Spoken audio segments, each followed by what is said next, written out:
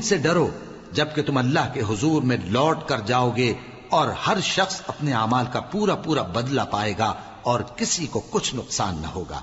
مومنو، جب تم آپس میں کسی میعاد معین کے لیے قرض کا معاملہ کرنے لگو تو اس کو لکھ لیا کرو، اور لکھنے والا تم میں کسی کا نقصان نہ کرے بلکہ انصاف سے لکھے۔ نیز لکھنے والا جیسا اللہ نے اسے سکھایا ہے لکھنے سے انکار بھی نہ کرے اور دستاویز لکھ دے،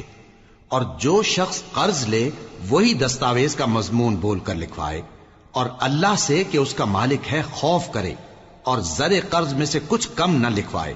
اور اگر قرض لینے والا کم عقل یا ضعیف ہو یا مضمون لکھوانے کی قابلیت نہ رکھتا ہو تو جو اس کا ولی ہو وہ انصاف کے ساتھ مضمون لکھوائے، اور اپنے میں سے 2 مردوں کو ایسے معاملے کے گواہ کر لیا کرو، اور اگر 2 مرد نہ ہوں تو 1 مرد اور 2 عورتیں جن کو تم گواہ پسند کرو کافی ہیں۔